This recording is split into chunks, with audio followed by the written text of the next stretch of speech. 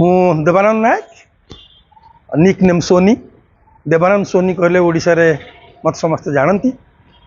नाटक धारावाहिक सिनेमा यात्रा इत्यादि रे निर्देशक भाव में मत जानती। तो मोर आउ गोटे परिचय होछि मु उत्कल संगीत महाविद्यालय नाटक विभाग रे अध्यापना करुछि। एक्चुअली ओडिशा रे बा एंटायर भारत कहले भी चलिबो। एठी बहुत लोक मानकर धारणा जे नाटक गोटे पाठ ना, नाटक रे कौन पाठ ना, नाटक एक शिक्षागत भाव में आम ग्रहण करना, किंतु नाटक हूँ एक शिक्षा। कहीं यार मूल बही हूँ नाट्यशास्त्र। हुए तो आम ओडिशा रे बा आम भारत में अनेक प्रकार पारंपरिक नाटक थाई पारे, लोक नाटक थाई पारे जोगुड़ाक अभ्यास बसत होउथुला, किंतु पर पर जुगर परिवर्तन अनुसार एवं आवश्यकता अनुसार नाटक को शिक्षा भाव में ग्रहण करागला। एवं से केमिति नाटक को शिक्षा भाव में ग्रहण करागला ना, एकदम एंशिएंट टाइम रे नाट्यशास्त्र जो लेखा होता आम भारतीय माने आम विश्वास करूँ एवं पृथ्वीवासी भी विश्वास करती जे से नाट्य संदर्भ रे नाट्य उपयोगी किसी बाणी थिला, किसी रीति थिला, किसी नीति थिला, जहाँ को पाथेय करिकी नाटक शिखिया लोक आसुतिले। किंतु परवर्ती काल में जो गोटे अंधकारमय जुग आसला, डार्क एज आसला, से पीरियड रे आमे से पोथीगत विद्या और शिक्षा को भूली गले, भारतीय माने भूली गले एवं पृथ्वीवासी भी भूली गले से कौन लेखा थिला। पर पर जो गोटे वैप्लविक परिवर्तन आसला नाटक को लेकिन एवं प्रोसिनियम मंचर उत्थान है, अर्थात प्रोसिनियम मंच कहले एकमुखी मंच। से एकमुखी मंच रे देखागला परफेक्शन एवं से परफेक्शन को पाथेय करिकी पुणी आउ थे मुंड टेकी उठला नाटकर पाठ्यक्रम। पुणी आउ थे नाटक पाठ पढ़ापी आग्रह प्रकाश कले किसी कर्मजीवी, किसी रंगकर्मी जो मैंने नाटक को लेकिन बंचती। कारण सबु कथार गोटे प्यूरिफिकेशन दरकार, सबु कथार प्रत्येक कथार प्यूरिफिकेशन दरकार, प्रत्येक वृत्ति रे प्रत्येक पेशार प्यूरिफिकेशन दरकार। तेणुक नाटक गोटे वृत्ति, नाटक गोटे पेशा, नाटक रंगकर्मी गोटे पेशा, तेणुक से प्यूरिफिकेशन दरकार। से नाटक पाठ पढ़ा उचित एवं नाटक पाठ को भी किसी लोग पढ़ुं।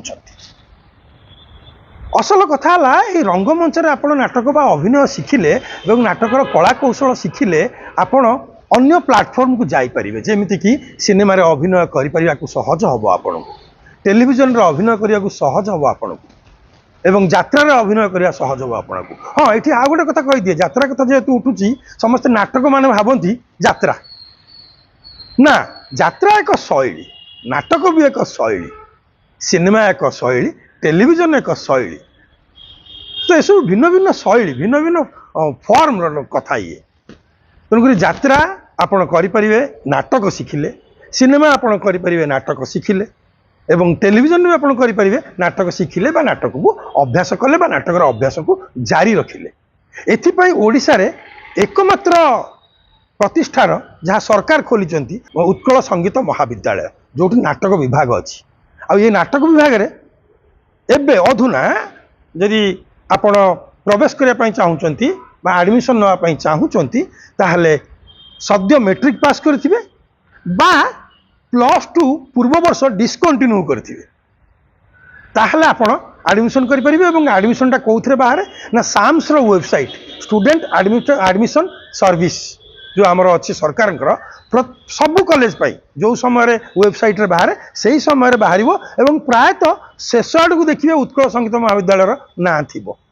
आपड़ से जी क्लिक करेंगे, आपणकर ना रजिस्ट्रेशन करेंगे एवं संगीत महाविद्यालय पर आवेदन करेंगे। संगीत महाविद्यालय आवेदन कले आप रिटिन आउ भाइबा टेस्ट देवाक पड़े, से रिटिन भाइबा टेस्ट देवे और सिलेक्ट हेले एडमिशन नेबे एवं से 6 वर्षिया कोर्स अर्थात 2 वर्ष +2 पढ़े आउ 4 वर्ष डिग्री करेंगे।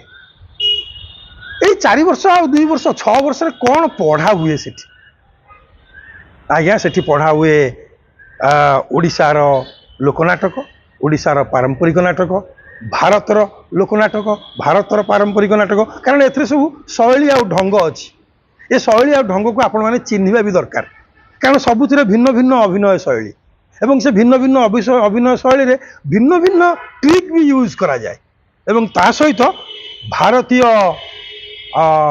आधुनिक नाटक, भारतीय शास्त्रीय नाटक, ओडिशार आधुनिक नाटक ओडिशार भी शास्त्रीय नाटक पढ़ा जाए ता छड़ा ऑल ओवर वर्ल्ड रो नाटक पढ़ा जाए जेमती कि आम ग्रीक नाटक रु आरंभ करिथाउ पाठ्यक्रम तेणुक समस्त को अनुरोध आपण मैंने नाटक गोटे शिक्षा भाव में ग्रहण करूँ एवं नाटक जहाँ भी कला कौशल अच्छी एवं विभिन्न देश विदेश राज्य राज्य बाहर कौन फॉर्म शैली ढंग एसबू अच्छी ताकू जानतु चिन्हतु एवं नाट्यशास्त्र को बुझंतु तापर जाकि निजक तैयारी करेंगे एवं आप मो ग्यारंटी देवी आपड़ एत जिन जानला निश्चित भाव में निजे निजक चिन्ह पारे ना मु जो व्यक्ति थी मुझे व्यक्ति नुह मु आउ जड़े व्यक्ति तेणुक ये जर्निंग रे समस्ते आसवा उचित जो मैंने अभ्यास कर नाटक को लेकिन अभिनय को लेकिन आशा स्वप्न रखिंट से मैंने नाटक करवा उचित नाटक पाठ पढ़ा उचित एवं समस्त को मुझे स्वागत करुच्ची प्लाटफर्म को आसतु।